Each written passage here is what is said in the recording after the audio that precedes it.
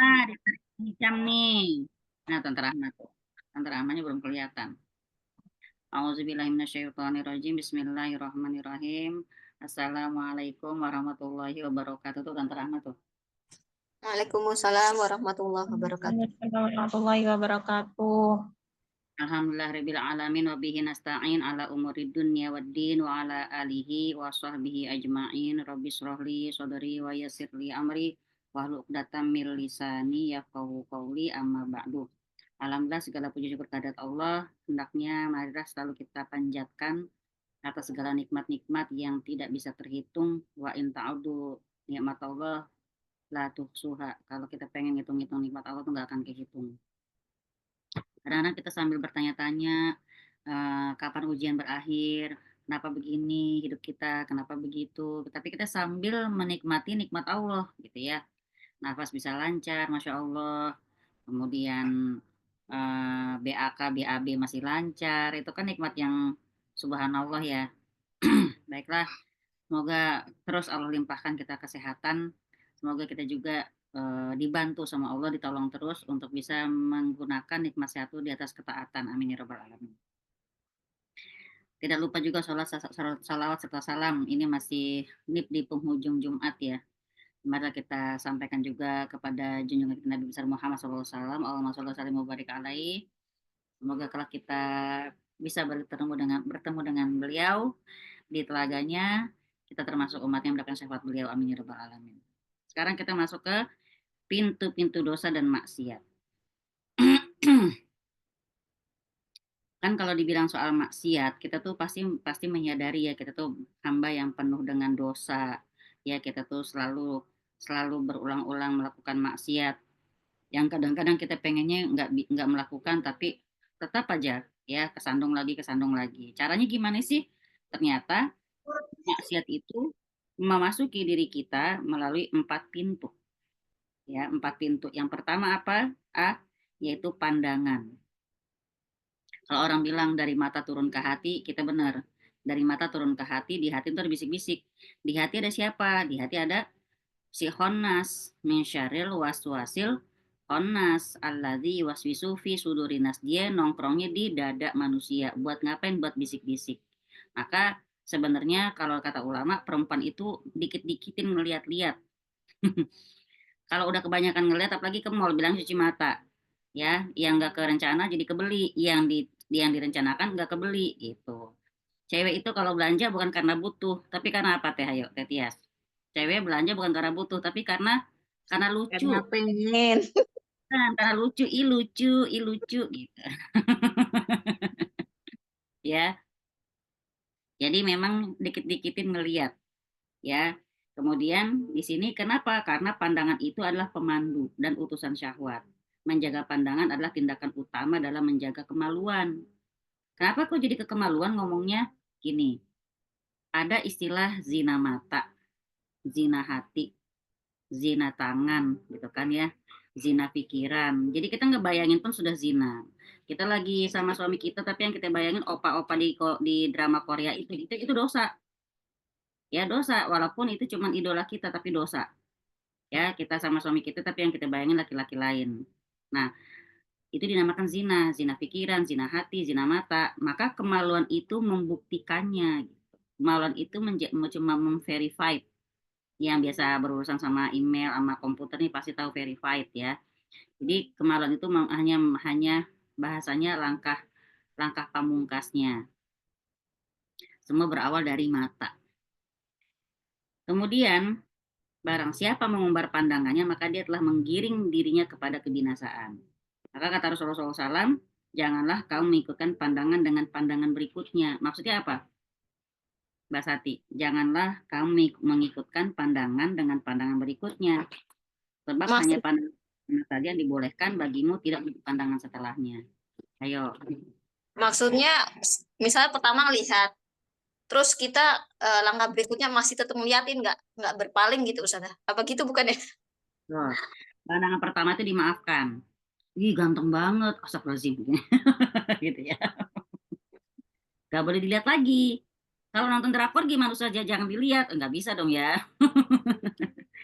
Jadi Yang dimaafkan cuma pandangan pertama. Nah, apalagi kalau kita nonton sambil kita hayatin, aduh gantengnya ya Allah, opa, opa, kapan kita ketemu opa, aduh astagfirullahaladzim dah ya.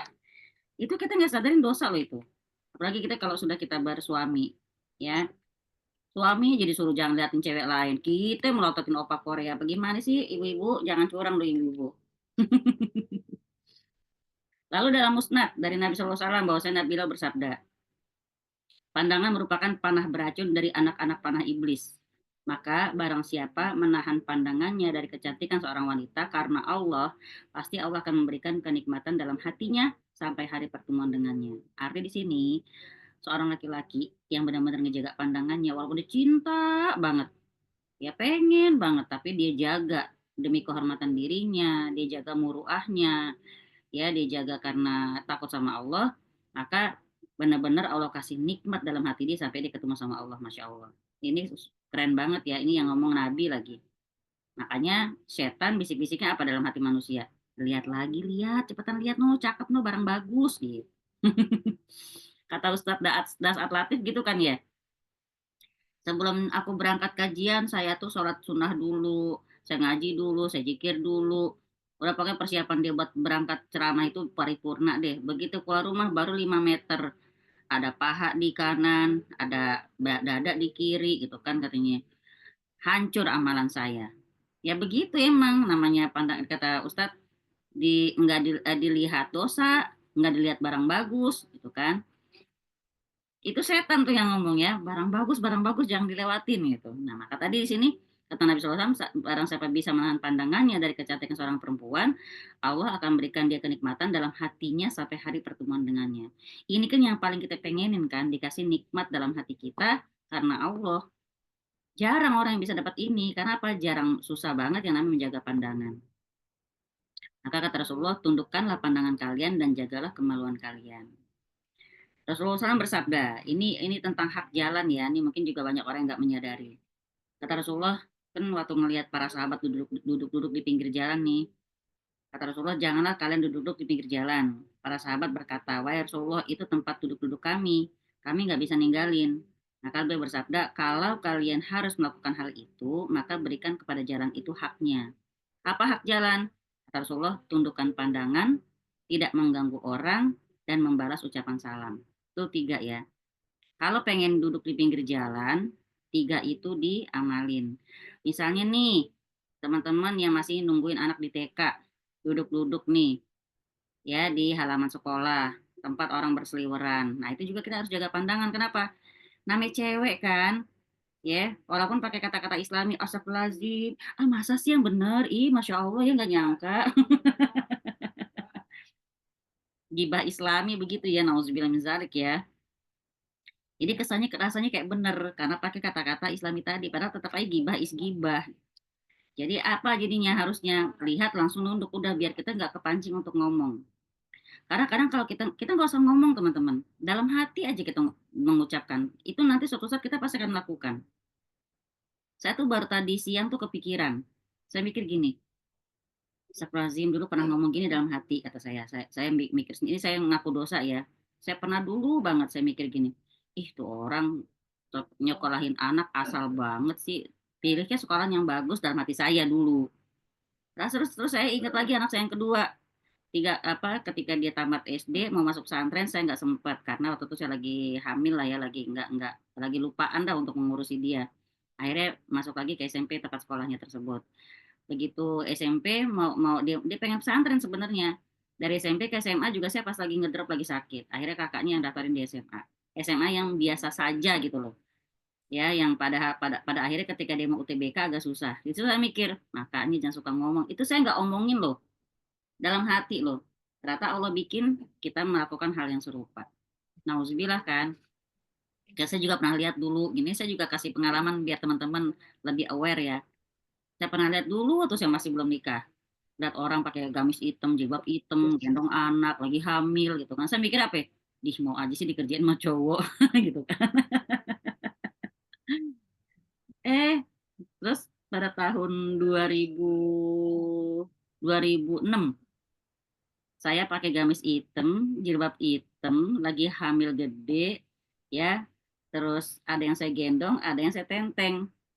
Jalan di pinggir jalan, saya langsung ingat apa, astagfirullahaladzim, dulu pernah ngomong kayak gitu. Terus saya melakukan tuh. Jadi itu padahal itu kita nggak omongin loh. Dahsyat kan? Nah, kalau kita terlanjur ngomong sesuatu misalnya yang memang mungkin seperti kayak kayak protes gitu ya. Mungkin kita nggak bilang atau apa, tapi buru-buru istighfar deh biar kita kelak tidak mengalami hal itu. Ini saya kasih tahu teman-teman ya. Kalau kata Imam Az-Zahabi, kita kalau ngomongin dosa, ini ngomongin dosa ya, atau ngomongin celaknya orang, kita nggak akan mati sebelum melakukan hal yang sama. Makanya hati-hati. Nah, saya bilang sih bukan sekedar diomongin, kita dalam hati saja Allah bikin kita melakukannya gitu. Nauzubillah. Nah, kan di sini nggak salah kalau dibilang pandangan merupakan pangkal dari segala bencana yang menimpa manusia. Benar nggak? Dari pandangan. Sebab pandangan akan melahirkan getaran di hati, diikuti oleh angan-angan yang membangkitkan syahwat dan keinginan yang semakin menguat. Akhirnya jadi kebulatan tekad. Iya kan, ngelihat cewek cakep, kepikiran, diangan-anganin, jadi syahwat. Apa syahwat? Kalau kata bahasa halusnya teh, di bahasa penulisan butterfly effect ya elah gitu ya, rasanya kayak kupu-kupu. Padahal itu tadi syahwat itu syahwat, itu setan yang bikin rasanya kayak ada chemistry lah, apalah kayak gitu. Lalu apa? Jadi kebulatan tekad.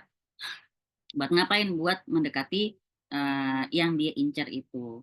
Lalu terjadilah perbuatan itu secara pasti, selama tidak ada penghalang yang menghalanginya. Dalam hal ini ada yang berkata, kesabaran dalam menundukkan pandangan masih lebih ringan daripada kesabaran dalam menanggung beban akibatnya. Betul tidak? Kalau terlanjur nggak jaga pandangan, kan ngeliat. Habis ngeliat, habis kepikiran, jadi meriang, rindu dendam gitu kan. Mendingan gak usah ngeliat, makanya ya. Seorang penyair berkata, coba Teteh baca Teh, Teteh ada bukunya Teh. Ada, Ada, baca dong, ini soalnya syair, biar kayaknya Teteh lagi kelas bacanya. Padahal bacanya biasa aja. Seorang penyair berkata, setiap bencana berawal dari pandangan mata, sebagaimana api yang besar berasal dari percikan bara. Berapa banyak pandangan sanggup menembus relung hati pemiliknya, seperti kekuatan anak panah yang lepas dari busurnya. Seorang hamba selama mengumbar pandangannya untuk memandang selainnya, maka dia berada dalam bahaya. Ia menyenangkan mata, namun membahayakan hatinya. Maka janganlah menyambut kesenangan yang membawa bencana. Berarti ini menyuruh kita benar-benar meningkatkan kewaspadaan. Ya, teman-teman, ingat pintu maksiat yang pertama kali adalah pandangan. Jadi pandangan kita ini harus sering-sering kita tundukkan. Kalau nggak penting-penting banget, nggak usah dilihat. Mungkin nggak cuma di pinggir jalan, di pinggiran, di beranda Facebook pun begitu. Ya, nggak harus kita ke pinggir jalan. Sekarang ini zaman fitnah ini serba gampang, serba canggih. Lihat kita di rumah, lihat buka Facebook pun udah bisa kelihatan, buka Instagram bisa kelihatan. Lihat apa? Liburan. Alah, ntar juga berantem. Jadi kan julid kan, iri dengki merajalela gitu kan. Kalau nggak julid, kalau nggak sedih, enak banget sedih ya. Aduh, tuh gara-gara pandangan. Ya, makanya benar-benar selamat deh kalau yang nggak banyak-banyak melihat. Kemudian di antara bencana yang ditimbulkan oleh pandangan adalah penyesalan, malapetaka dan sakit hati. Itu tadi baru saya bilang ya, lihat orang liburan dia mencret-mencret ya. Mbak Santi liburan ke Dubai, saya yang sakit kepala gitu kan. Dasar si Mbak Santi. Ikut kelas aja susah, sekarang liburan. Itu kan setan ngewaswis tuh benar-benar dihembus-hembuskan tuh. Kemudian seorang hamba melihat sesuatu yang tidak mampu diarahinya, juga tidak mampu bersabar atasnya. Sesungguhnya hal ini merupakan salah satu bentuk siksaan yang paling pedih. Gitu. Pedih loh ya melihat orang bahagia, kita sementara di rumah aja. Ini kayak lagi curhat nih saya nih ya.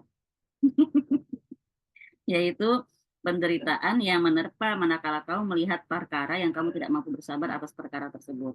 Tidak juga atas sebagiannya, bahkan kamu tidak punya kemampuan sama sekali untuk meraihnya. Jadi artinya itu tuh gara-gara pandangan. Kalau kita nggak pakai zikir, ya kita nggak ingat zikir, kita nggak ingat Allah, maka nauzubillah, jadi setan yang menguasai hati kita.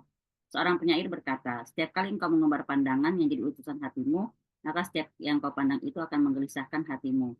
engkau melihat sesuatu yang seluruhnya tidak mampu kau dapatkan, dan atas sebagiannya pun kau tidak punya kesabaran. Alhamdulillah ya. Bait syair di atas merupakan membutuhkan penjelasan. Maksudnya kamu melihat sesuatu yang tidak mampu diraih sama sekali.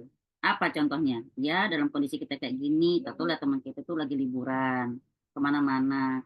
Kita jangan kata keluar negeri gitu ya, ke Cipadu aja kita perlu mikir-mikir gitu. Bukan Cipadu, nggak ada yang tahu Cipadu ini ya. Ke Tanah Abang gitu ya maksudnya ya. Ke Tanah Abang kita masih mikir-mikir. Ongkos keretanya, ongkos gojeknya, bla bla bla, terus dapet Tanah Abang kita ngapain? Bukan belanja doang, belum makannya. Aduh, subhanallah. Meskipun hanya sedikit, sementara kamu tidak juga mampu bersabar atas sebagiannya, bermakna menafikan. La kulluhu anta qadirun alaihi, itu maksudnya menafikan kemampuannya untuk mendapatkan sesuatu tersebut secara keseluruhan. Artinya dia ngikutin benar-benar secara keseluruhan tuh nggak bisa. Sebagiannya pun apalagi gitu ya. Yang berarti menafikan kemampuan untuk mendapatkan setiap bagiannya. Itu nggak bisa diikutin, akhirnya kan sakit hati. Berapa banyak orang yang mengumbar pandangannya dan tidak menghentikan perbuatan ini terbunuh oleh pandangannya sendiri. Seperti yang dikatakan dalam syair, coba dibaca Mbak Santi. Wahai orang yang tidak menghentikan pandangan hingga terbunuh di antara pandangan-pandangan itu, saya mempunyai beberapa bait syair dalam hal ini. Ia bosan dengan keselamatan, lalu mengumbar pandangannya. Sambil berdiri di atas puing-puing disangka rupawan. Ia masih terus mengumbar pandangannya, hingga dia terbunuh di antara pandangan-pandangannya itu. Menakjubkan ya, bahwasanya pandangan seseorang ibarat anak panah yang kalau sampai kepada sasaran, yaitu apa yang dia pandang, maka menempati satu tempat dalam relung hati yang memandang. Ngelihat, membekas. Ya kayak kita deh ngeliat pemandangan indah. Masya Allah, kan itu kerasa banget di hatinya, banget, benar gak teman-teman? Ya, ngeliat langit cakep, ngeliat sungai, ngeliat gunung, segala macem. Nah, apalagi kok ngeliat sesuatu yang makhluk-makhluk yang cakep misalnya kan, atau ngeliat kenikmatan pada orang lain. Nah, itu tadi.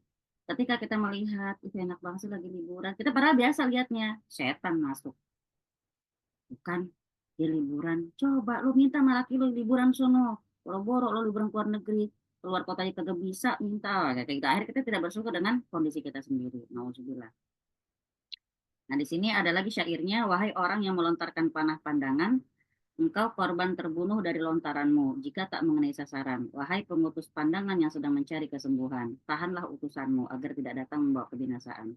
Lebih aneh lagi, pandangan itu bisa melukai hati terdalam, lalu diikuti dengan luka di atas luka. Tapi luka itu membuat pelakunya jera. Tidak membuat pelakunya jera, hingga dia tetap mengulang-ulang kembali perbuatan tersebut. Udah tahu nyakitin, dilihat lagi, dilihat lagi. Ada nggak orang kayak gitu, Pi? Dilihat nyakitin hati, tapi dilihat mulu. Ada kan? Ada. Akhirnya ya udah deh, ya. Asam lambung dah dia, kembung dah. Ya, arti di sini lagi-lagi dibilang menahan pandangan itu lebih ringan dibandingkan penyesalan yang terus berlangsung. Kalau gitu gue nggak usah lihat. Sakit hati kan gue kan, dia belum bayar utang malah liburan, sakit hati lagi. Tadi itu pandangan, pintu pertama. Karena yang kedua adalah bisikan jiwa. Itu udah pasti diikutin. Kalau udah pandangan, langsung ke bisikan jiwa. Itu terkait tuh ya. Jadi ibaratnya kalau pandangan itu adalah pintu gerbang. Kalau udah masuk ke pintu gerbang, dia udah pasti akan menuju pintu rumah. Pintu rumah itu bisikan jiwa. Ya, permasalahannya lebih rumit lagi karena dia merupakan pintu pembuka kebaikan dan keburukan. Itu pintu bisikan jiwa. Bisikan jiwa itu akan melahirkan keinginan dan tekad. Kalau udah masuk ke pintu yang kedua ini, dia udah pasti akan melahirkan keinginan dan tekad. Dia mau ngapain setelah dia ngelihat? Dibisikin sama hati kan? Ya. Sebab itu, siapa yang menjaga bisikan jiwanya, pasti dia mampu mengendalikan diri dan mengekang hawa nafsunya. Sebaliknya, siapa yang dikalahkan oleh bisikan jiwanya pasti akan tunduk kepada jiwa dan hawa nafsunya. Bahkan barang siapa yang meremehkan bisikan jiwanya, maka bisikan tersebut akan menggiringnya secara paksa menuju kebinasaan. Sungguh bisikan akan senantiasa mendatangi hati hingga menjadi angan-angan semu. Ngomong-ngomong soal bisikan, siapa yang paling gencar bisikin kita 24 jam nggak pakai libur? Siapa yuk? Setan lah. Iya. Iya kan? Udah bisikan jiwa dicampur setan. Min syarril waswasil khannas. Sedangkan dia kalau bisik-bisik nggak pernah baik. Walaupun kedengarannya baik, pokoknya tujuannya jahat aja. Itu setan. Dibisikin apa? Angan-angan semu. Arti di sini kalau kita lihat surat Al-A'raf 16 sampai 17 ya, 16 dan 17 di Al-A'raf itu, manusia itu didatengin dari depan, belakang, kanan, kiri. Itu setan tuh gonta-ganti tuh, nggak bisa dari arah depan di ke belakang, nggak bisa belakang di ke kanan, nggak bisa kanan di ke kiri. Terus aja muter-muter. Apa? Dari depan dibikin takut akan masa depan. Ya, atau kita berangan-angan semu. Ya Allah pengen begini, pengen begitu. Ya, G, Bu, pengen begini, pengen begitu. Dari belakang kita jadi nggak bisa memaafkan masa lalu, nggak bisa ikhlas, nggak bisa ridho. Dari kanan kita beramal, dibikin nggak ikhlas, dibikin ujub. Dari kiri kita salah, dibikin benar. Ya, ngapain lo nggak ngapain lo malas sholat? Ya habis ngapain gue rajin-rajin sholat? Laki gue jadi begitu, rasanya benar tuh, padahal salah. Bentar ya, bentar. Ini ada tamu, aneh mau lepas dulu.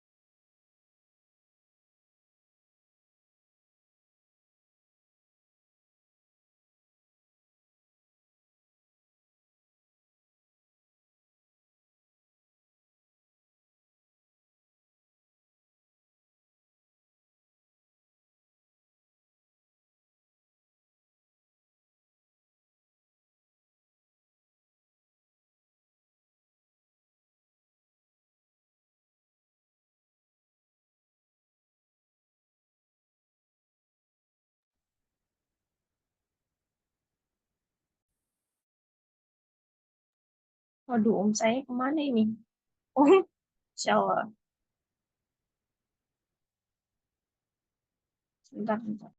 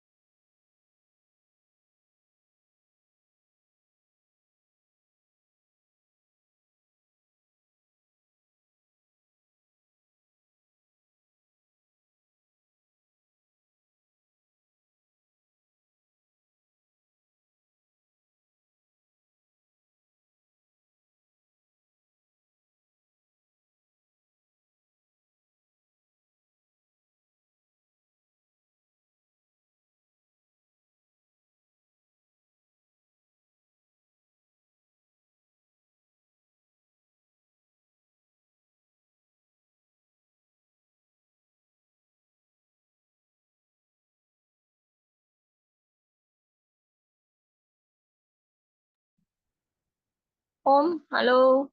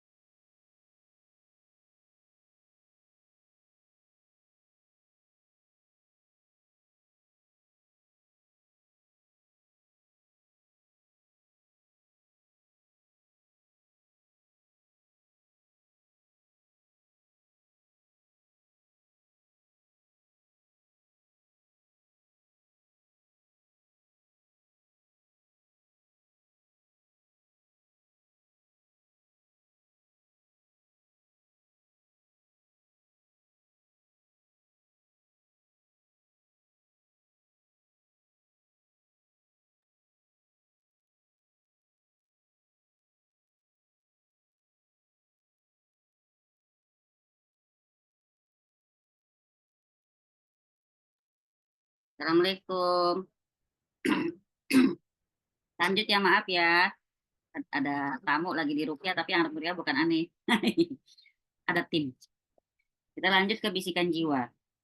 Jadi di sini bisikan jiwa itu adalah pintu pembuka kebaikan dan keburukan. Bisikan jiwa melahirkan keinginan dan tekad. Oleh sebab itu, siapa yang menjaga bisikan jiwanya, pasti dia akan mampu mengendalikan diri dan mengekang hawa nafsunya.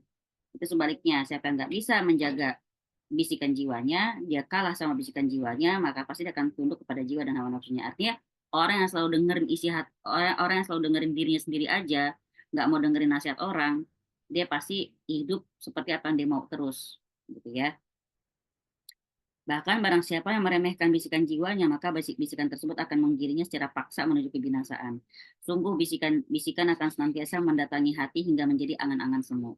Nah, kalau kita teman-teman boleh di stabiloin tuh, bisikan akan senantiasa mendatangi hati hingga menjadi angan-angan semu, itu di stabiloin. Kasih keterangan, surat An-Nas ayat 5.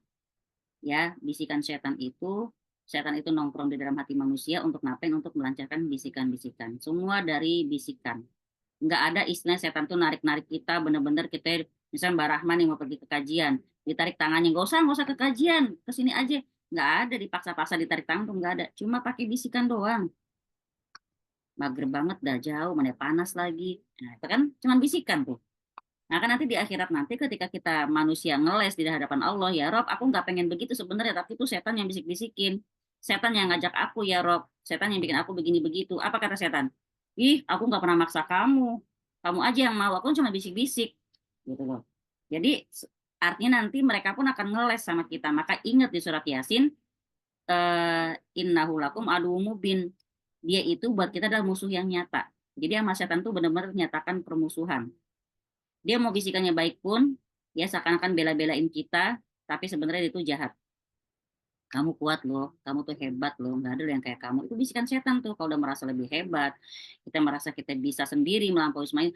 Aku tuh nggak pernah loh ya diurusin sama bapak ibuku, aku sampai sekarang ini menjadi karena aku berusaha sendiri. Nggak ada. Itu karena Allah yang membimbing dia. Alhamdulillah, jangan sampai lupa bahwa kemungkinan aja bapak ibunya kelihatannya cuek, tapi mungkin ngedoain dia. Kita kan nggak pernah tahu kan doa-doa orang tua kepada kita. Sekarang kita di surat An-Nur ayat 39.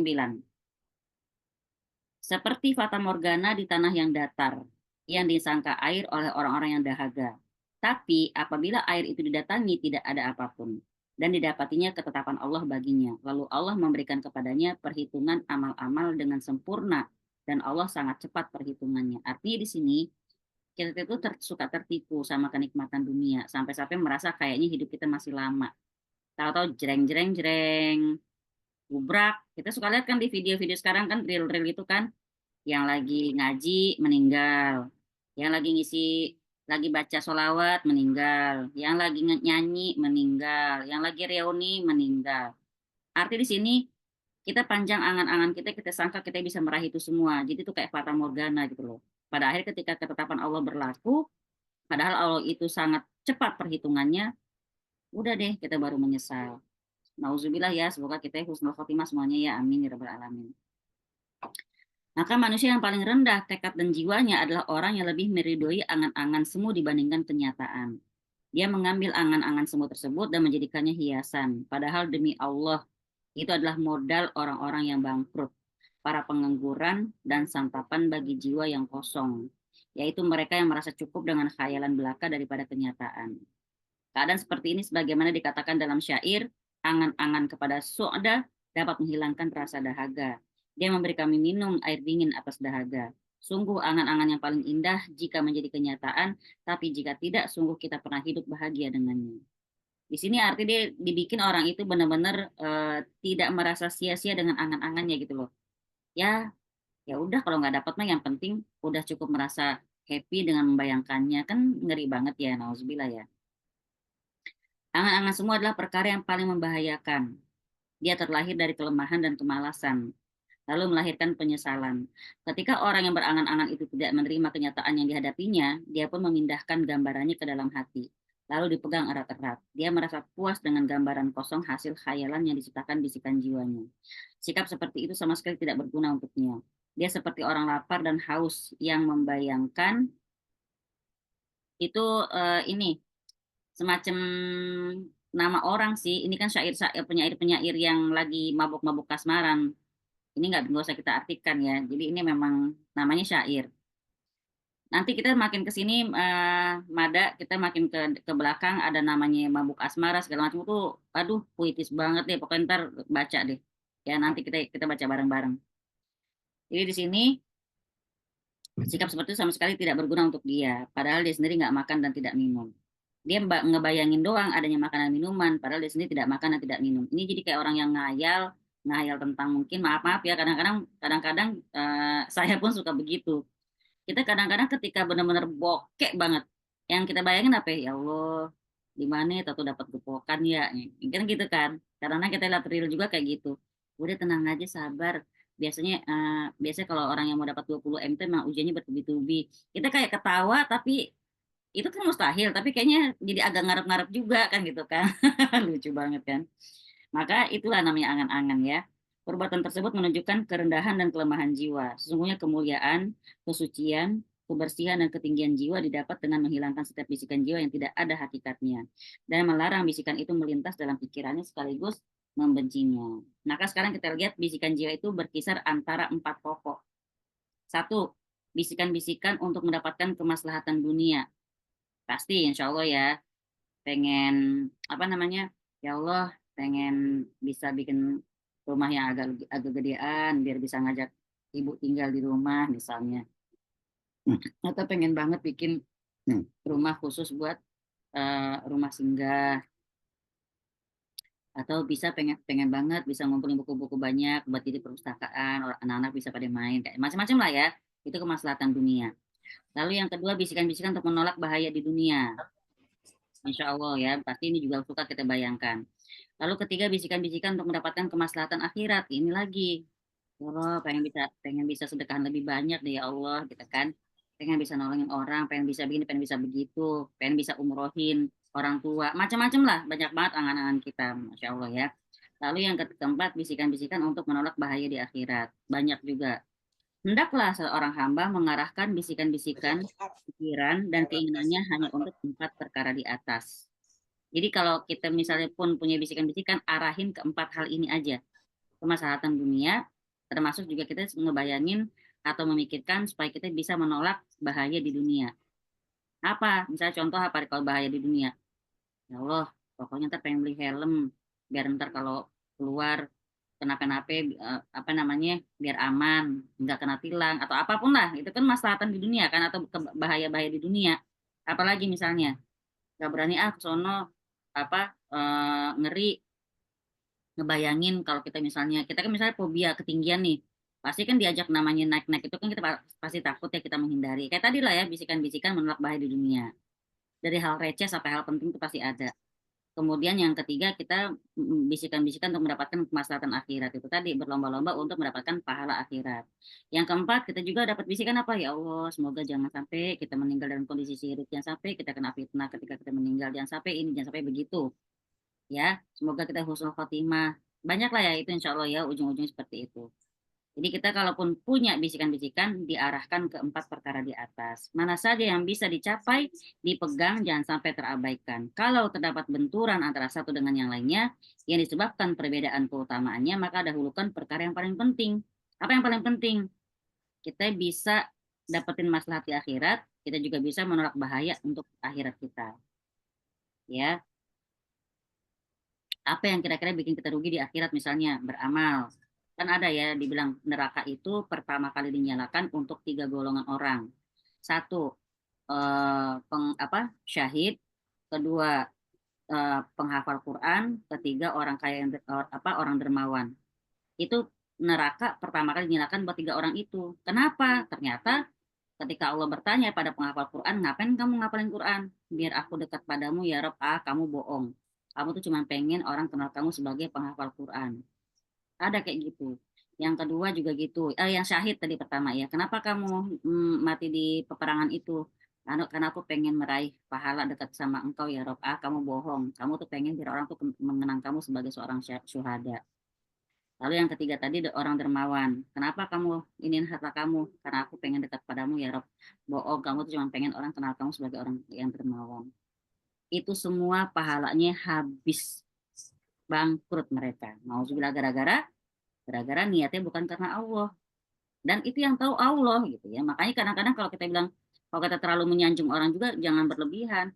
Ih, Masya Allah tuh pasti syahid karena bla bla bla bla bla. Kita doain aja cukup, semoga dia husnul khotimah, semoga syahid, itu aja.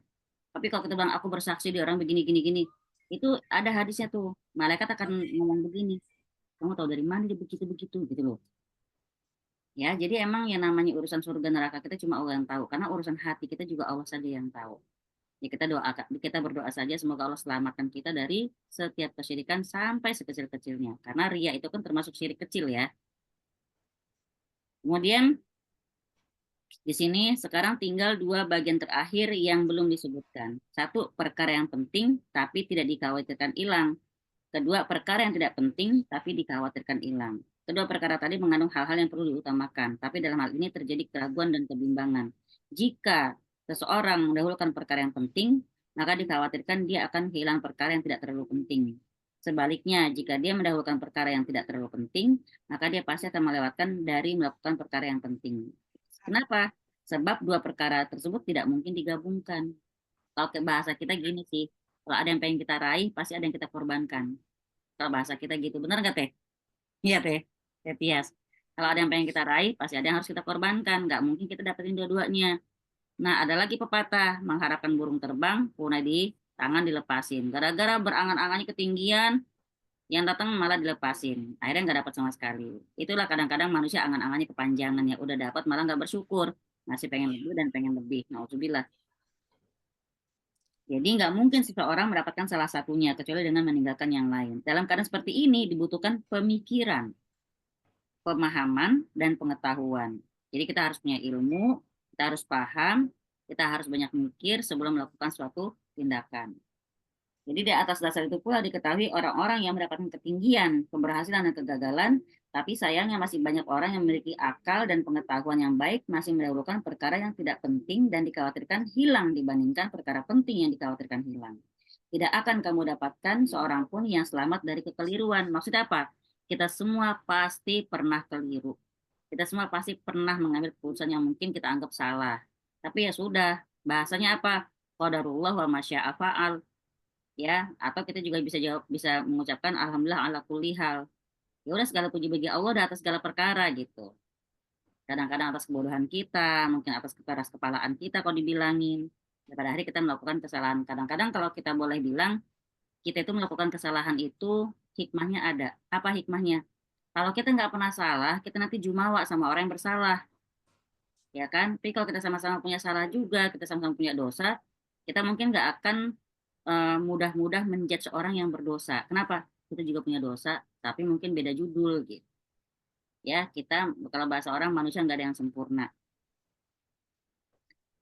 Nah, tadi tidak akan kita dapati seorang pun yang selamat dari kekeliruan, hanya saja ada yang sering melakukannya, ada pula yang jarang. Ada yang bisa selamat nggak melakukannya dalam waktu yang lama, ada yang jatuh lagi, jatuh lagi, jatuh lagi. Jadi di sini keputusan yang diambil dalam hal ini berdasarkan kaidah agung sebagai landasan syariat dan takdir, sekaligus penciptaan dan perintah, yaitu apa? Mendahulukan maslahat yang paling besar, walaupun harus kehilangan maslahat yang lebih rendah. Masuk kepada kerusakan yang kecil untuk mencegah kerusakan yang lebih besar. Alhasil, hilangnya suatu maslahat adalah untuk mendapatkan maslahat yang lebih besar. Dan memasuki suatu kerusakan adalah untuk mencegah kerusakan yang lebih parah. Contohnya apa ya? Kelihatannya kayak melakukan suatu hal yang keliru, tapi sebenarnya lebih baik begitu ketimbang kalau nggak dilakukan justru rusaknya lebih parah lagi. Karena kayak begitulah sesuatu itu ya. Mungkin teman-teman bisa ngebayangin, tapi kita nggak susah menjelaskannya ya. Bisikan dan pikiran orang yang berakal tidak akan keluar dari semua ini. Oleh karena itu datanglah syariat yang membantu. Jadi kata kalau ada syariat enak ya. Sungguh tidaklah maslahat dunia dan akhirat itu tegak melainkan di atas perkara tadi.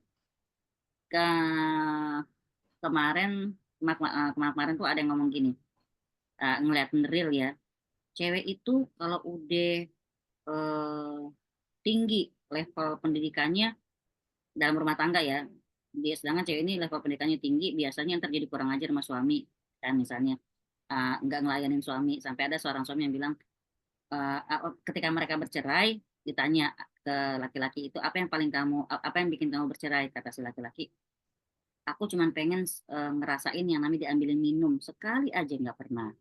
Itulah ya. Terus ada yang ngomong, gitu ya cewek kalau udah pendidikannya tinggi, tapi saya tatakin gini, nggak juga sih, nggak masalah pendidikan tinggi atau tidak, yang penting tatakannya agama. Kalau cewek agamanya bagus, mau pendidikan tinggi atau rendah, dia pasti akan hormat sama suami, benar nggak? Banyak kok perempuan-perempuan yang pendidikan tinggi malah juga bisa hormat sama suami, kenapa? Karena dia paham agama. Banyak cewek-cewek yang nggak berpendidikan tinggi, udah nggak berpendidikan tinggi, udah gitu kurang ajar pula sama suami juga ada kan gitu kan. Jadi sebenarnya tatakannya di agama. Baru teman saya bilang, oh iya, iya itu. Kalau dia paham sama syariat, dia tahu kewajiban dan hak yang ada antara suami dan istri juga dia pasti akan menjalani seperti itu. Jadi di sini Masya Allah, syariat tuh membantu banget ya. Sungguh tidaklah maslahat dunia dan akhirat itu tegak, melainkan dengan di atas perkara tadi. Pikiran yang paling mulia dan paling bermanfaat adalah yang ditujukan untuk Allah dan negeri akhirat. Pikiran yang ditujukan untuk Allah itu terdiri dari berbagai macam. Pertama, coba dibaca. Ini yang kelihatan cuman Teteh, Empi, Aulia. Coba baca Ibu. Winda ada Winda, cuma nggak ada Ini bukunya. deh. Tapi kok tumben kagak kelihatan? Ih, baru pulang belum mandi ah. Baca enggak? Nggak bukunya lagi dipinjam sama Ayola kemarin. Iyalah. Ayo Barahama baca. Barahama. Pertama, merenungi ayat-ayat Al-Quran yang diturunkannya, serta memahami maksudnya dan mengamalkannya, yang karenanya Allah menurunkan ayat-ayat tersebut, tidak sekedar membacanya, sebab membaca hanya sebagai sarana. Sebagian salaf berkata, Allah menurunkan Al-Quran untuk diamalkan, tetapi orang-orang malah menjadikan bacaan Al-Quran sebagai bentuk pengamalan. Nah, beda kan? Bedanya di mana ya? Quran itu untuk diamalkan, tapi orang malah jadikan Quran sebagai bentuk pengamalan. Contoh nih ya, contoh. Ayat 1000 dinar. Dipakai buat apa? Katanya kalau baca ayat ini akan narik rezeki. Maka dinamakan ayat 1000 dinar. Surat apa itu? Surat At-Tolak ayat 2 dan 3 kan? Wa may yattaqillah yaj'al lahu makhraja. Siapa yang hafal? Wa yarzuqhu min haitsu la yahtasib. Wa may tawakkal 'ala Allah, itu kan tentang tawakal. Arti gini, kalau kita baca Quran, baca ayat itu sebagai bentuk kita mengamalkan, kita berarti yang kita lakukan kalau baca ayat itu kita harus tingkatkan tawakal kita. Ya kan? Kita cuma berusaha, tapi dalam usaha kita tawakal sama Allah, itu baru diamalkan. Tapi kalau yang cuma sekedar ini ayatnya harus diamalkan, ini adalah ayat 1000 dinar. Jadi dia baca demi apa? Demi biar rezeki datang. Itu kan kayak takutnya kalau kurang pemahaman dia akan semakin berharap dan dia mengharap dengan amal itu terjadi apa yang dipengenin. Berarti kan masih ada tujuan dia. Di sini masih belum bisa kita bilang dia tawakal. Kenapa, Win? Iya, kayak yang ngamalin surat apa Al-Waqiah itu ya, Umi. Itu juga. Ya kan, ada tuh saya dulu dibilangin, coba baca Al-Waqiah bolak-balik 40 kali, katanya 40 kali bolak-balik, pokoknya datang rezeki. Yaitu tadi, jadi bentuk pengamalan, bukan diamalkan sama dia. Al-Waqiah itu sebenarnya apa sih? Surat apa sih? Kenapa dia turun? Kan gitu. Kayak misalnya apa namanya? Kayak innama amru iza arda syai'an ayaqulu kun fayakun. Ya kan? Itu kan Allah yang berfirman kun fayakun. Kalau Allah pengen sesuatu itu terjadi, terjadilah, ya terserah Allah. Nah, kadang-kadang kalau orang cuma ngamalin kun fayakun doang diambil, dia pikir dia akan bisa melakukan kun fayakun kepada segala sesuatu. Nauzubillah. Ada, saya pernah lihat ruqyah baca kun fayakun. Saya mikir di situ, kenapa dia baca kun fayakun? Kun fayakun kalimatnya Allah. Emang situ Allah ya? Kan kun fayakun. Coba baca Iya. innama amruhu idza arda syai'an. Sesungguhnya Allah itu terhadap suatu perkara, kalau dia pengen sesuatu, kalau dia menginginkan sesuatu, ayakullahu, dan dia cukup mengatakan kun fayakun, jadilah, maka jadilah. Dia itu Allah, bukan kita. Kalau kita bisa dengan kun fayakun, berapa banyak yang sekarang ini kayaknya nggak ada orang menderita deh. Kenapa? Karena kita tinggal kun fayakun jadi. Mungkin Iya. nggak akan laku sedekahan, Win. Nggak ada orang susah, Iya, bener-bener. kan? Karena karena mungkin yang salah itu bukan suratnya kali ya, Iya, bukan. pengamalannya. Heeh. Iya Gitu iya ya. iya iya. Kalau Bukan dibilang jadi pengamalan, kenapa? iya jadi viral gara-gara artis yang itu make surat 1.000 dinar itu kan jadi pada ikut-ikutan Iya, apa.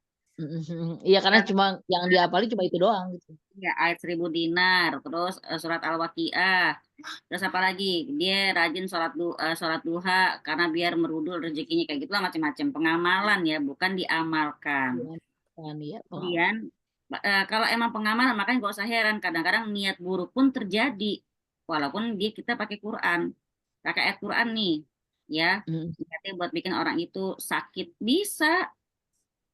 Jahat kan jahat. Tapi kok dikabulin? Kan Quran. Quran tuh memang mukjizat.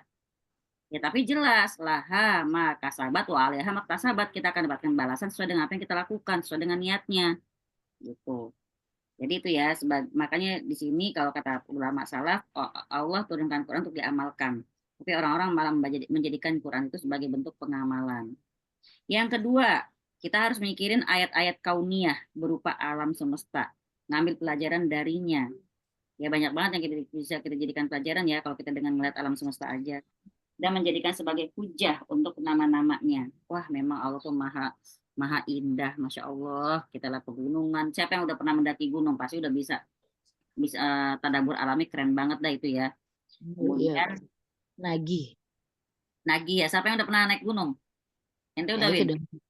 udah zaman masih berat badan sepertiga dari sekarang. Sepertiga, udah kayak sepertiga Quran. Ibarat baca Quran baca kul doang gitu ya. Ya. Nah, itu masya Allah untuk orang yang sering apa namanya tadabbur alam tuh, masya Allah ya, pasti udah sering mendapatkan di situ kemahabesarannya Allah, sifat-sifatnya, hikmahnya, kebaikannya, dan kedermawanannya. Allah Azza wa Jalla telah menganjurkan para hambanya untuk memikirkan, merenungkan, dan mengamalkan ayat-ayatnya, dan mencela orang-orang yang lalai dari hal tersebut. Karena memang Quran itu bilangnya kan ikro. Maka wahyu pertama kan ikro. Ikro itu apa? Baca, pikirin, renungin gitu ya. Ketiga, memikirkan karunia-Nya, kebaikannya, nikmatnya yang berbagai macam kepada para makhluknya, keluasan rahmatnya, ampunannya, dan kesabarannya. Allah sabar gak? Sabar banget. Ada hadisnya. Gak ada yang lebih sabar dari Allah. Kenapa ya sabarnya Allah? Dia udah dibilang punya anak, tapi Allah tetap kasih rezeki orang-orang itu gitu loh. Ya. Ketiga bentuk ini melahirkan pengetahuan, cinta, rasa takut, dan harapan kepada Allah. Senantiasa memikirkannya dengan diiringi zikir, akan memenuhi hati dengan cinta dan pengetahuan. Insya Allah. Yang keempat, saya mau ngomong nih. Winda, lo mau ngomong, Win? Enggak, maaf. Pencet. Keempat, memikirkan aib dan kerusakan yang terdapat pada diri sendiri dan serta pada perbuatan. Ini artinya kita muhasabah ya. Yang keempat ini muhasabah. Manfaat introspeksi diri sangat besar. Ini kalau kita boleh bilang, ini muhasabah, ini tazkiyatun nafs.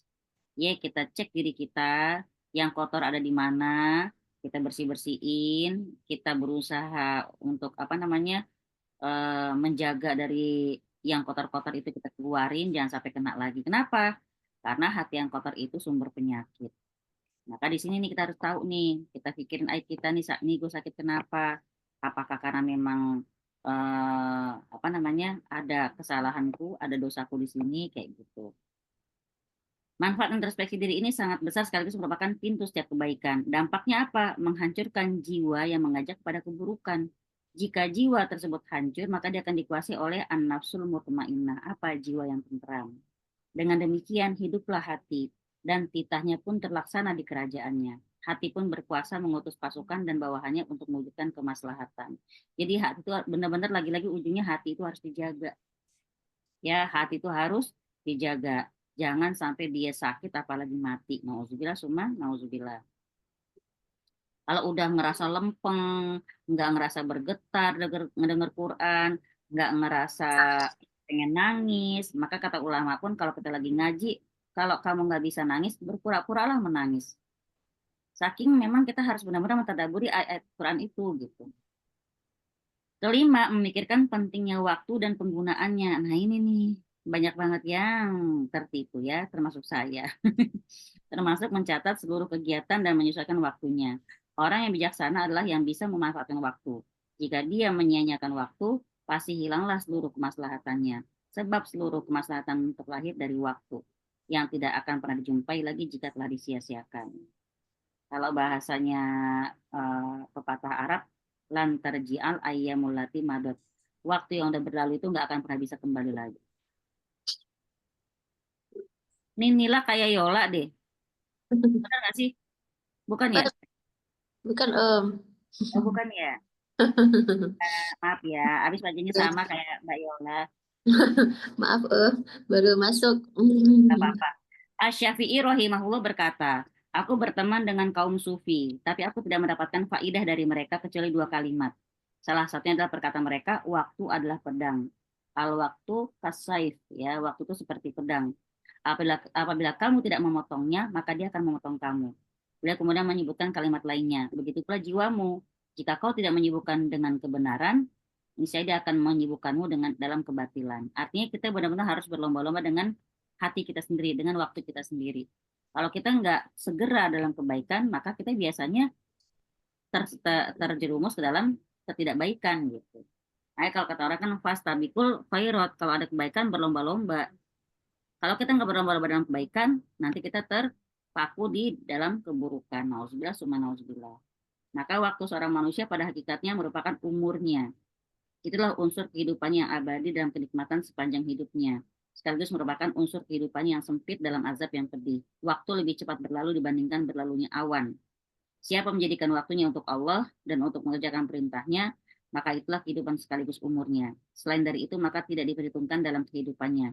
Karena ketika itu hidupnya seperti kehidupan binatang. Jika seseorang menghabiskan waktunya dalam kelalaian, syahwat, dan khayalan semu, padahal tidur dan menganggur masih lebih baik dibandingkan hal ini, maka dia lebih baik mati daripada hidup. Astagfirullahaladzim. Sedih banget ya. Orang yang hidup dengan lalai, dengan syahwatnya saja, dan khayalan semu, dia itu lebih buruk daripada orang yang hidup, walaupun nganggur gitu. Jika seorang hamba tidak mendapatkan keuntungan dari sholatnya, nah, selain dari bagian sholat yang dikerjakan dengan khusyuk, maka dia juga tidak mendapatkan keuntungan dari umurnya selain dari sesuatu yang dihabiskan untuk Allah dan dengan mengerjakan perintahnya. Kita udah bahas kemarin di kelas tentang sholat ya Win ya. Jadi ketika Nabi SAW ada lihat orang sholat, bukan, ini dari Huzaifah. Dia lihat orang sholat, ya. Terus ditanya, kamu udah berapa lama? Umurmu sekarang berapa tahun? 40 tahun. Sholatmu kayak gini? Iya. Berarti 40 tahun sholatmu seperti ini? Iya. Kata si Huzaifah, kamu tuh seperti orang yang nggak sholat. Sholatmu itu nggak sah. Nggak kehitung gitu loh. Ngeri kan? Jadi di sini sholat pun butuh tata cara. Ya, maka seperti umur juga. Kalau kita benar-benar nggak pakai buat Allah, ya kalau boleh dibilang gini, umur berapa mulai hijrah? Ngeri banget kan? Umur berapa mulai memahami Islam? Benar-benar dengan keinginan sendiri menutup aurat. Coba umur berapa? Misalnya kayak saya nih, saya mungkin pakai jilbab ketika tamat SD, tapi itu kan masih disuruh karena memang masuk pesantren. Nah, teman-teman yang mungkin kesadaran diri sendiri, Kapan mulai pakai jilbab? SMA. Kapan mulai pakai jilbab? Ketika kuliah. Kapan mulai pakai jilbab? Pas nikah. Pas nikah. Umurnya dihitung sejak itu gitu loh. Umur kita dihitung sejak kita mulai hijrah itu. Bukan yang kemarinnya, yang belum kita memahami agama. Nauzubillah kan. Berarti kita semuanya mungkin masih lagi lucu-lucunya nih umur kita nih. Dalam hijrah gitu ya. Selain dari pikiran-pikiran di atas, maka itu merupakan was-was syaiton, angan-angan semu atau tipuan belaka. Kedudukannya sama dengan orang-orang yang hilang akal, seperti orang yang mabuk, orang yang tidak sadar, dan orang yang dikuasai oleh rasa was-was. Orang yang anxiety nih, yang ngeri banget ya, kesian ya.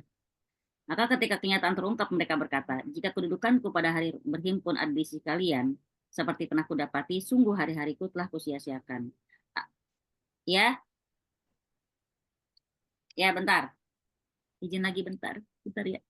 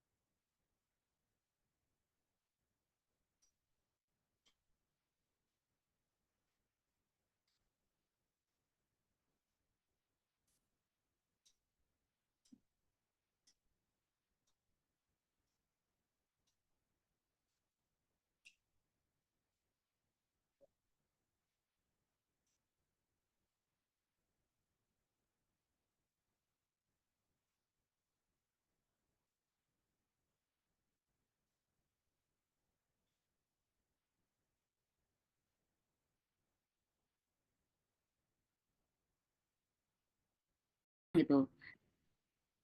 Kita nggak sendirian. Allah itu kasih kita malaikat-malaikat penjaga yang bergiliran. Di surat Ar-Ra'd ayat 11. Di situ Allah Ta'ala berfirman, dan pada manusia itu ada malaikat-malaikat yang menjaga secara bergiliran. Berarti malaikat aja sip-sipan loh jagain kita. Berarti nggak pernah dibiarkan kita kosong tanpa malaikat. Gitu ya. Siapa bilang kita nggak ditemenin, siapa bilang kita nggak di-backingin sama Allah, siapa bilang kita nggak dijaga sama Allah, dijaga. Cuma manusia itu sendiri yang keluar dari penjagaan Allah. Kapan kita keluar dari penjagaan Allah? Ketika kita ninggalin sholat, ketika kita ngerjain yang Allah nggak suka. Itu kita udah keluar dari penjagaan Allah gitu. Kayak kita berteduh di halte, ada peneduhnya, ada kanopinya. Itu penjagaan Allah ibaratnya ya. Nah, yang bikin kita kena ini itu segala macam karena kita udah keluar dari halte tersebut gitu ya. Maka dibilang kalau kamu dapat kebaikan itu karena rahmat dari Allah, kalau kamu dapat keburukan itu karena ulah tanganmu sendiri. Kita yang keluar dari penjagaan Allah. Kenapa? Ketika kita melakukan yang Allah nggak suka, marah, tidak memaafkan, mengulur-ngulur sholat, terus nyakitin orang pakai lisan kita, terus ya segala macam lah hal-hal maksiat yang mungkin kita anggap itu bukan maksiat, nauzubillah, ya bersuara tinggi sama orang tua, nggak hormat sama suami, kemudian segala macam lah ya, nauzubillah. Nah sekarang kita lihat di 347, malaikat berada di samping kanan hati bersama jiwa yang tentram. Sedangkan setan berada di samping kiri hati bersama jiwa yang selalu mengajak kepada keburukan. Nah, terjawab ya, kalau dalam ruqyah, makanya kadang-kadang kalau nih teman-teman perhatikan baik-baik ya. Kalau badan kita bermasalah lebih lebih di posisi kiri, ya dari kepala sampai bawah, itu kalau dalam ilmu tibun nabawi itu biasanya eksternal. Apa eksternal? Kemungkinan besar bukan medis, tapi dia psikosomatis atau dia sihir. Gitu ya. Coba lihat di sini. Setan memang ada di samping kiri manusia. Dia bersama jiwa yang selalu mengajak kepada keburukan. Perhatikan. Ya. Nah, ini perang terus berlangsung sampai seseorang itu meninggal. Jadi arti kita mungkin ya gak usah heran. Kadang kita baik, kadang enggak. Ntar kita dosa, ntar kita taubat. Dosa, taubat, dosa, taubat. Gitu aja terus. Gimana tuh Om? Boleh. Emang itu fitrahnya kita. Kita juga nggak bisa menjamin diri kita benar-benar nggak berbuat dosa. Nggak bisa. Gitu ya. Kemudian seluruh kebatilan bersanding dengan setan dan jiwa yang mengajak kepada keburukan. Sedangkan seluruh kebenaran bersanding dengan malaikat dan jiwa yang tentram. Masya Allah. Karena tadi ada nama ada yang keluar tadi ya. Eksternal itu maksudnya dari setan, iya, sihir. Sihir atau faktor psikosomatis. Entah sihir atau dia dari pikiran, bukan medis gitu ya. Biasa seperti itu tuh rumusnya. Peperangan yang terjadi silih berganti dengan pertolongan didapatkan dengan kesabaran. Maka Allah Ta'ala berfirman apa? Wasta'inu bisobri wasolah. Cari pertolongan Allah itu dengan sabar dan sholat. Masya Allah ya di sini ya. Karena apa? Karena memang silih berganti perang malaikat sama setan perang. Jiwa kita yang buruk sama jiwa kita yang betul perang. Jiwa kita yang buruk itulah namanya khonnas. Min syarril waswasil khonnas. Khonnas itu nyatu sama setan tadi. Nah, sini oleh sebab itu siapa yang bersabar, meneguhkan kesabaran, menjaga benteng pertahanan dan bertakwa kepada Allah, maka dia akan memperoleh hasil akhir yang baik di dunia dan di akhirat. Semoga kita semua adalah orang-orang yang ditetapkan di atas jalan kebaikan sama Allah Ta'ala. Amin ya rabbal alamin. Allah menetapkan suatu hukum yang tidak akan pernah berubah, yaitu kesudahan yang baik bagi orang-orang yang bertakwa. Hati itu seperti papan yang kosong, sedangkan bisikan-bisikannya adalah ukirannya. Maka layakkah bagi orang yang berakal untuk menjadikan ukiran papan berupa kedustaan, tipu daya, angan-angan semu, dan fata morgana yang pada hakikatnya nggak ada? Hikmah, ilmu, dan petunjuk manakah yang akan didapatkan dari ukiran tersebut? Gitu. Jadi kita bisikan-bisikan itu udah kayak ukiran, berarti kan memang terpahat banget ya. Kalau udah kepahat kan gampang banget dia. Makanya kalau orang yang udah sering banget ngikutin bisikan hatinya, bisikan-bisikan yang nggak benar akan terus kalah terus dia sama bisikannya itu gitu. Jika hati telah dipenuhi oleh semua perkara yang tidak berguna, lalu seseorang ingin mengukir ilmu, hikmah, dan petunjuk di dalamnya, maka kondisinya seperti menulis ilmu yang bermanfaat, tapi pada tempat yang sudah dipenuhi catatan-catatan yang tidak bermanfaat. Kalau hati tidak dikosongkan dari bisikan-bisikan yang buruk, pasti bisikan-bisikan yang baik dan bermanfaat tidak akan singgah menetap. Seperti halnya diketahui bahwa dia tidak singgah melainkan pada tempat yang kosong. Jadi kalau bahasa orang, kosongin hatinya dulu. Makanya tazkiyatun nafs, disitulah namanya tazkiyatun nafs. Apa? Bersih-bersih hati. Kalau hati nggak dibersihin, nggak akan masuk sesuatu yang bagus. Gitu ya, Masya Allah. Ini nyambung Mbak, ini benar-benar memang kitab Tazkiyatun Nafs nih. Pernyataan ini sebagaimana yang dikatakan dalam syair, rasa suka padanya mendatangiku sebelum aku mengenal rasa suka. Dia mendapat hati yang kosong hingga rasa suka itu mendapatkan tempatnya. Demikianlah, mayoritas kaum sufi membangun perilaku mereka dengan menjaga bisikan jiwa. Orang-orang ini tidak membiarkan satu bisikan pun menempati hati mereka hingga menjadi kosong.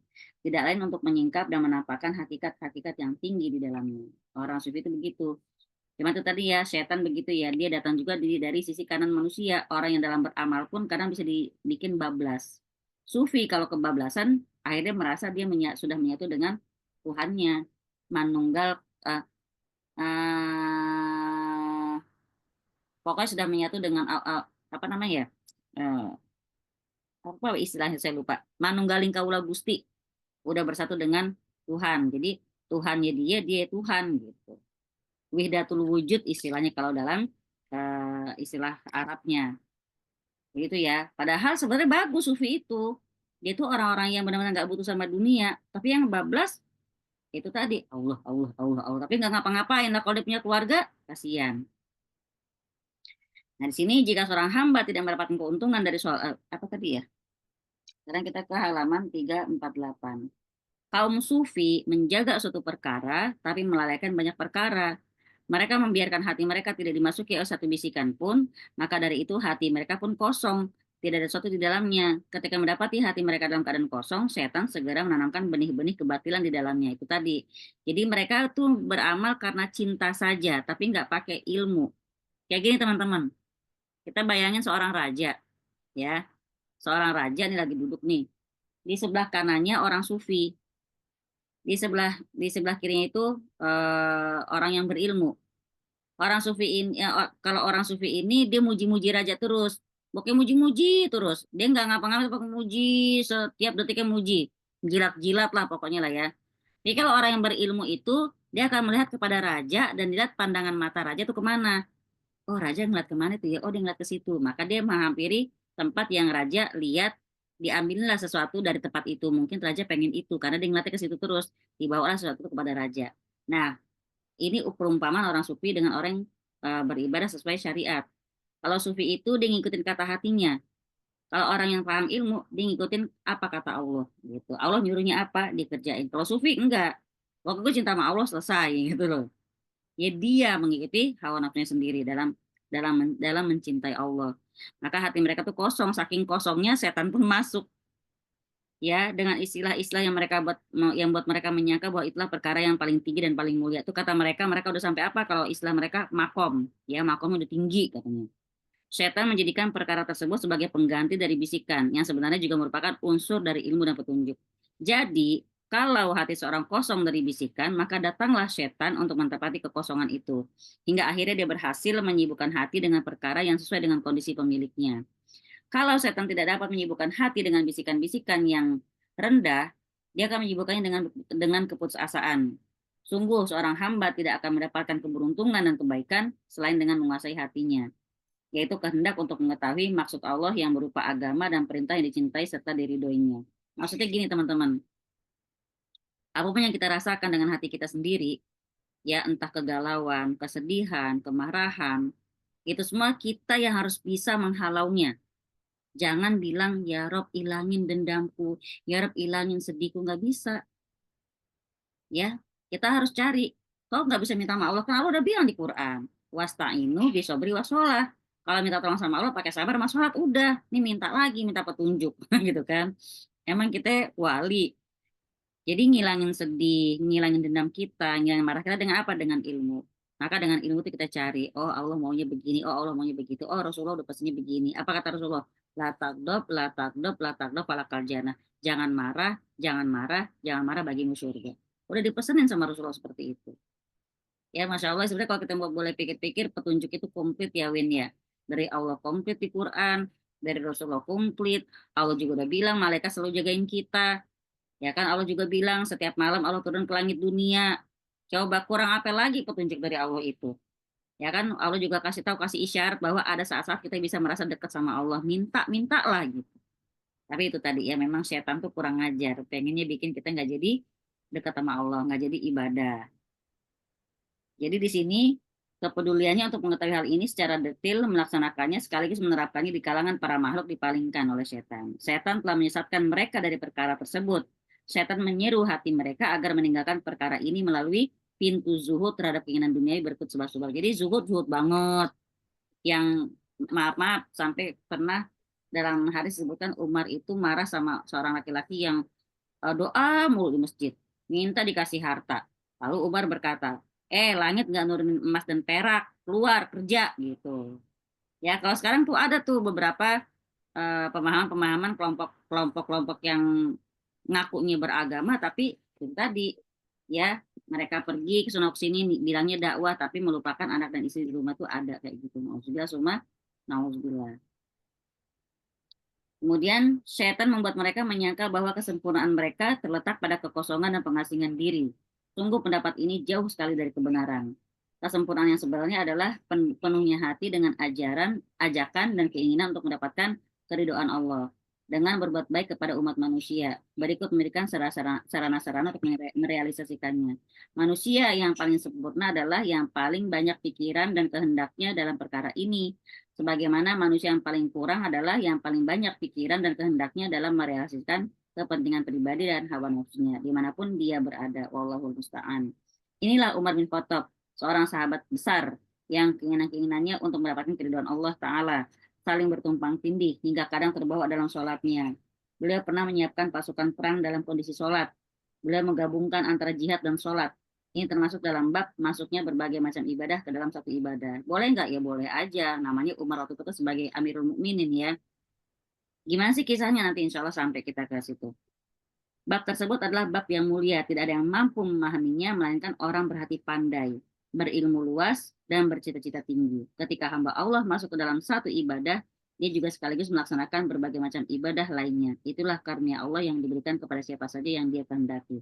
Mungkin kalau di kita, akal kita nggak nyampe. Ya, tapi kalau di sahabat Umar bin Khattab, Masya Allah, dia bisa menyiapkan pasukan perang ketika lagi sholat. Kita nggak bisa menilai dengan simpel bahwa batal dong sholatnya. Jangan kita bayangin kayak kita lagi break-breakan ngumpulin pasukan, kumpul nggak gitu. Kita nggak tahu nih caranya Umar bagaimana. Sekarang kita lihat di pintu masuk ke maksiat yang ketiga, itu ucapan.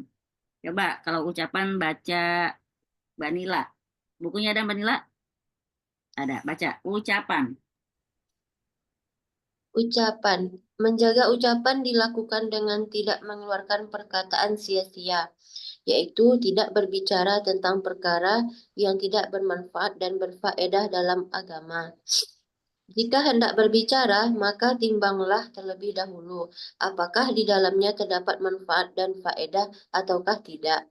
Jika tidak, maka tahanlah pembicaraan tersebut. Jika mengandung kemaslahatan, maka dilihat lagi apakah ada kalimat yang lebih baik atau tidak. Dengan begitu, kalimat yang bermanfaat tadi tidak tersia-siakan akibat kalimat yang tidak jelas. Jika kamu ingin mengetahui apa yang tersembunyi dalam hati, maka lihatlah apa yang dikatakan. Lisan menunjukkan apa yang terdapat di dalam hati, baik pemiliknya suka ataupun tidak. Yahya bin Mu'az berkata, hati ibarat periuk yang isinya mendidih, sementara yang menjadi ciduknya adalah lisan. Maka perhatikanlah baik-baik ketika seseorang berbicara, karena lisannya menciduk apa yang ada dalam hatinya. Manis, asam, tawar, asin, dan sebagainya. Ciduk lisannya menjelaskan kepadamu perasaan dalam hatinya. Maksudnya, sebagaimana kamu mengetahui secara pasti rasa makanan yang ada di dalam periuk dalam lisanmu, maka kamu dapat merasakan apa yang ada di hati seseorang melalui lisannya. Ya, benar kan ya, orang kalau ngomong itu kan berdasarkan apa yang dipikirin kan. Makanya kan beliau bilang hati-hati terhadap pikiranmu, dia akan menjadi perkataanmu. Maka berhati-hati kepada perkataanmu, dia akan menjadi perbuatan. Dari pikiran ke perkataan, lalu ke perbuatan. Itu udah pasti beriringan. Bisa nggak orang bilang, makanya kan kalau orang suka ngeles gimana? Aku nggak maksud begitu. Tapi dia ngomongnya begitu. Bisa percaya nggak? Win, kalau secara psikologi gimana tuh, Win? Dia ngomong tapi dia bilang dia gak bermaksud begitu. Ya, ya ada orang yang berpikir tanpa bertindak tanpa berpikir gitu kan ya.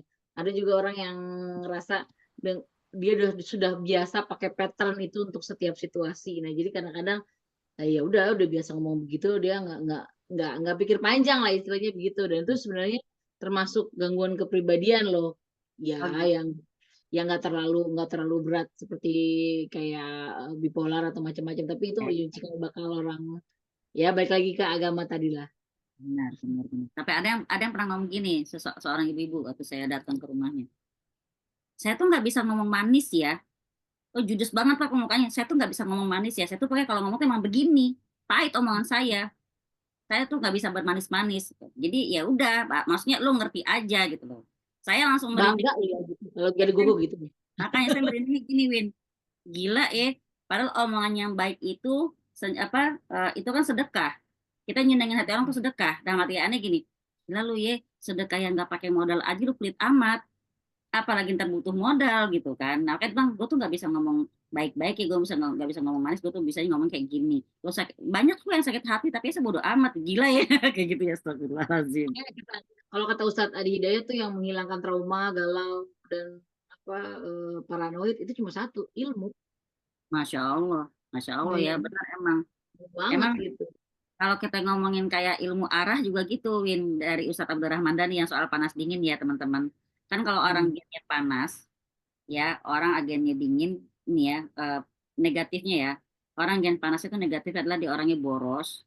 Kalau ngambil keputusan itu tergesa-gesa dan itu ujub, bawaannya pengen kelihatan gitu ya, pengen maju ke depan. Itu kalau orang panas. Kalau orang Superior. kalau Hmm. orang gen dingin dia penakut.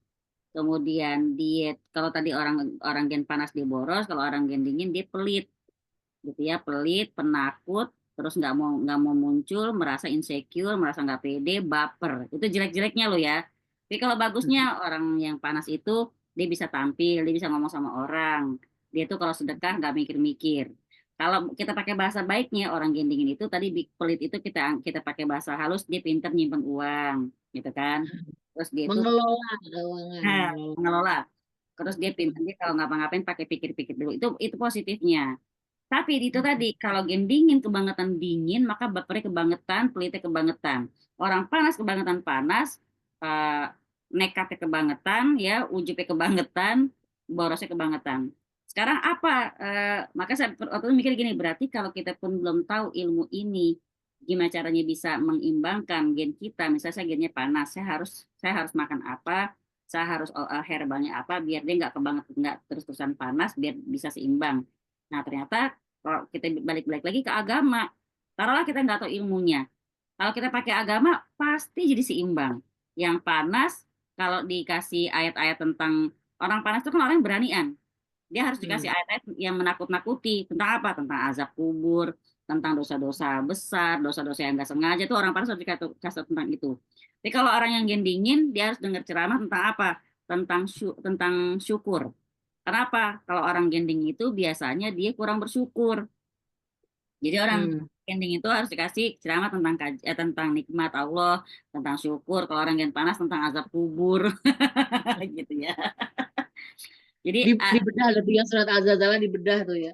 makanya kan nggak heran ya, nggak heran. Hmm. Nih teman-teman nih, saya kasih tahu ya, teman-teman mungkin punya ustadz-ustadz idola.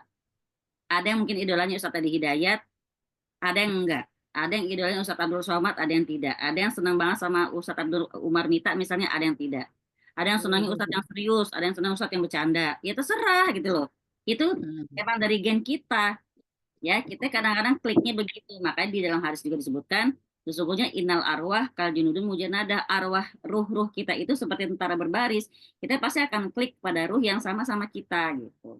Masya Allah semua tuh memang Allah maha besar banget dah kalau kita pelajari itu ilmu luas banget tuh ya. Benar. Nah sekarang disebutkan dalam hadis Anas yang diriwayatkan secara marfu dari Nabi SAW, beliau bersabda, la yastaqimu imanu abdin hatta yastaqima qalbuhu wa la yastaqimu qalbuhu hatta yastaqima lisanuhu. Tidaklah lurus keimanan seseorang hamba hingga hatinya lurus. dan nggak akan lurus hatinya hingga lurus lisannya. Itu sangat berkaitan. Jadi kalau kita mau lihat orang itu imannya bagus, ya semua kembali kepada perkataannya. Dia kalau berkata-kata hati-hati nggak atau asal jeplak aja kan gitu. Ya. Nah, kan dalam hadis disebutkan tidaklah beriman salah seorang di antara kalian yang saudaranya itu nggak bisa selamat dari lisan dan eh, perbuatannya. Jadi kalau kita memang beriman sama Allah, kita harus bisa menjaga sesama kita itu selamat dari lisan kita dan perbuatan kita. Kalau masih nggak bisa diselamat dari, nggak merasa bisa aman dari perbuatan kita atau lisan kita, berarti kita belum beriman, belum sempurna iman kita gitu. Berarti kita harus selalu koreksi diri ya, jangan-jangan kita bercanda mungkin bisa bikin orang tersinggung, jangan-jangan kita ya asal ngomong mungkin orang nggak tepat pada waktunya. Nah, makanya itulah tadi ya. Lagi-lagi pakai hadis Nabi juga yang dibilang kalau kamu mendapati kesalahan pada saudaramu, kasih uzur. Bilang gini di hati kamu, oh mungkin dia nggak sengaja, mungkin dia nggak kepikiran ke situ, mungkin dia cuma bercanda, mungkin dan segala kemungkinan lainnya. Kata ulama gitu, kalau kamu nggak dapetin satu uzur pun pada dia, maka bilanglah ke dirimu sendiri bahwa oh dia punya uzur yang aku nggak tahu. Artinya di sini kita benar-benar punya permakluman sama saudara-saudara seiman kita. Jangan main langsung ngejudge, ide ngomong begini, bla bla bla bla bla, sakit hati banget gue, bla kayak gitu ya. Apalagi orang yang memang sengaja benar-benar salah tafsir. Dan dia kalau ditabayunin, diterangkan, malah nggak terima penerangan itu. Dia tetap berpegang pada asumsi dia sendiri, kan aneh. Aneh gini, lo lebih tahu gue ketimbang diri gue sendiri gitu loh. Udah dikasih tahu, itu bukan maksud begitu, tapi dia bilang dia kekeh sama dugaan dia sendiri gitu. Kadang-kadang ada ketemu orang kayak gitu, lucu banget emang. Ya, Nabi ditanya tentang perkara yang paling banyak memasukkan manusia ke neraka, kata beliau mulut dan kemaluan. Nauzubillah summa nauzubillah. Gara-gara mulut, gara-gara ini adanya di mana? Di kita perempuan, bener nggak? Katanya mulut kita ada dua. Banget. Rewel banget, rewel. Aduh, subhanallah. Mu'az pernah bertanya kepada Nabi tentang amal perbuatan yang memasukkannya ke surga dan menjauhkannya dari neraka. Nabi pun mengajarkan kepadanya kepada perihal pokok semua urusan, penopangnya dan puncaknya. Sesudah itu beliau menanyakan, maukah beritahu mengenai penguat sekaligus yang mengokohkan semua itu? Mu'az menjawab, tentu wahai Rasulullah. Maka Nabi memegang lisannya lalu berkata, tahan ini. Jadi benar-benar tuh lisan harus ditahan. Mu'az bertanya, apakah kita mendapatkan hukuman disebabkan apa yang kita ucapkan? Kata Nabi, semoga ibumu kehilangan kamu. Maksudnya mati syahid ya. Wahai Mu'az, bukankah yang menungkupkan manusia di atas wajah-wajah atau hidung mereka di neraka adalah karena perbuatan lisan-lisan mereka? Jadi artinya kadang manusia itu sampai tersungkur di dalam neraka jahanam itu akibat lisan. Ya, ada lagi hadisnya, bisa jadi seorang manusia mengucapkan sesuatu yang dianggap remeh tapi itu bikin dia masuk surga. Bisa jadi manusia mengucapkan sesuatu yang dianggap remeh tapi bikin dia masuk neraka.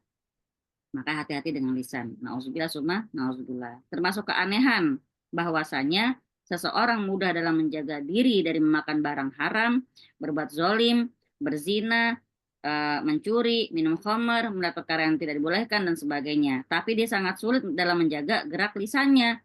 Akibatnya, kamu bisa melihat orang yang dijadikan panutan dalam agama, zuhud, dan ibadah, tapi dia berbicara dengan kalimat-kalimat yang mendatangkan kemurkaan Allah tanpa ambil peduli. Nauzubillah summa nauzubillah.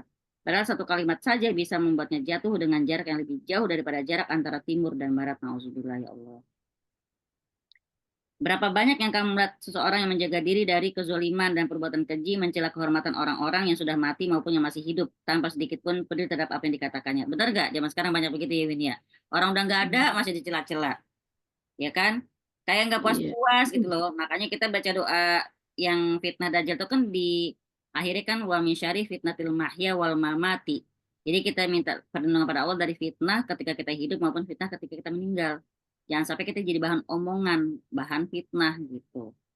Kan udah meninggal nggak bisa tabayun, ya kan? Wah, subhanallah. Apabila kamu ingin mengetahui betapa besar peranan lisan dalam menggelincirkan manusia, lihat apa yang diriwayatkan oleh Muslim dalam sahihnya, yaitu hadis Jundub bin Abdullah. Dia bertutur bahwa Rasulullah SAW bersabda, seseorang berkata, demi Allah, fulan tidak akan diampuni oleh Allah. Maka Allah berseru, siapa tuh yang lancang bersumpah atas namaku? Monggo teh, bahwa aku tidak akan mengampuni si fulan. Sungguh aku telah mengampuninya dan telah kuhapuskan seluruh amalmu. Ini maksudnya apa?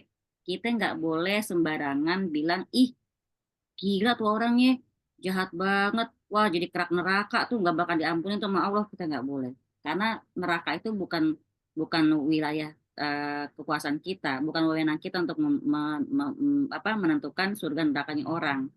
Jadi nggak boleh kita yang ngomong kayak gitu. Maka Allah Ta'ala bilang, siapa tuh yang berani-berani bersumpah atas namaku, bilang aku nggak ngampunin si fulan, aku ampuni dia dan aku tolak amalan kamu. Maka yang ngomong, yang berani bilang Allah nggak akan ngampuni si fulan itu justru dia masuk neraka. Nauzubillah summa nauzubillah. Jadi kalau kadang-kadang mungkin tuh keucap ketika orang tuh mungkin lagi gergetan dakwah, lo ye berbuat dosa mulu, dibilangin nggak kena-kena lo, sampai kapan sih lo kayak begitu, nggak diampuni sama Allah lo kayak gitu misalnya, nauzubillah ya, itu tetap kita nggak boleh kayak gitu untuk mengajak orang kepada ke jalan Allah. Beginilah kondisi ahli ibadah tersebut, padahal dia telah beribadah kepada Allah selama yang dikehendakinya. Walaupun demikian, hanya dengan satu kalimat saja terhapuslah seluruh amal perbuatannya. Baik, kita sampai di sini dulu. Insya Allah kita lanjut Jumat berikutnya di halaman 352. Ini lagi-lagi tentang bahaya lisan. Ya, itu sampai situ aja ya. Pi, mau dilanjut nggak nih? Sudah ada ya satu dua yang izin soalnya.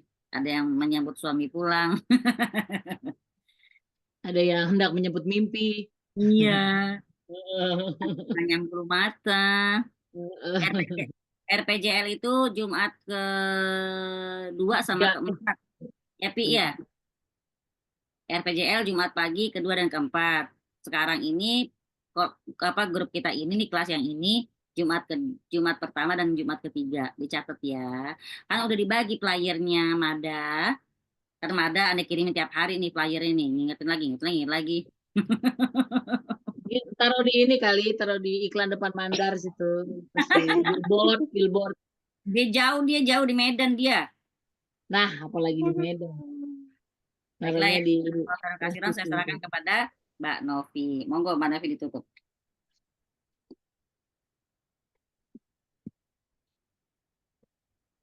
Tuh nggak kedengeran suara Novi?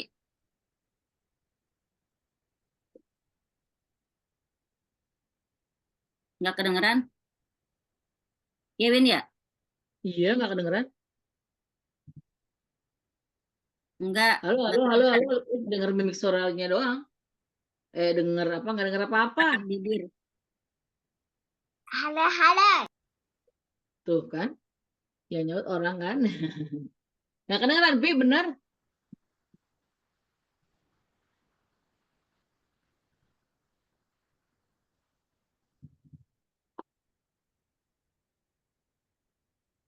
Wah, ini nggak bisa ketutup-tutup nih kalau gini caranya. Kalau nggak kedengeran, Winda suruh nutup. Ya, Pi. Winda suruh nutup ya. Ramli nggak kedengeran loh beneran. Kenapa itu? Winda aja curang. Baiklah, dengan berakhirnya suaranya Mbak Empi juga berakhir nih. Qadarullah ada apa? HP jatuh. Baiklah, semoga HP-nya baik-baik saja dan semoga Allah kasih rezeki yang banyak buat Mbak Empi beli handphone baru. Amin ya rabbal alamin. Amin ya rabbal alamin. Mari kita sama-sama mengucap hamdalah dan istighfar, juga doa kafaratul majelis. Alhamdulillahirobbilalamin. Astagfirullahaladzim.